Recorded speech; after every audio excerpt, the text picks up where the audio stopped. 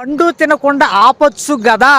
పండు తినకుండా ఆపితే ఈ పాపం అనేది లోకంలోకి వచ్చేది కాదు కదా. అనేక మంది అనేక రీతిలుగా ఆలోచిస్తారు.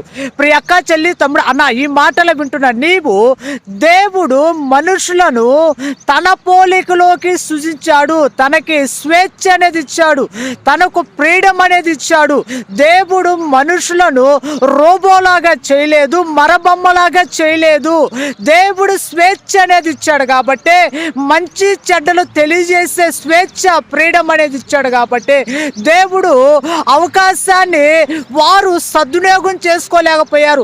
ఈ రోజున ఫ్రీడమ్గా చేయాల్సిన పనులన్నీ చేస్తున్నావు, చేయకూడని పనులు చేస్తున్నావు, పాపం కూడా చేయకూడదనే సంగతి తెలిసి కూడా చేస్తున్నావు. ఎందుకు చేస్తున్నావు? ఫ్రీడమ్ అనేది దేవుడు ఇచ్చాడు. దేవుడు నీకు ఫ్రీడమ్ ఇస్తే ఆయన తిరిగి మళ్ళీ ఆ ఫ్రీడమ్ అని తీసుకునే దేవుడు కాదు.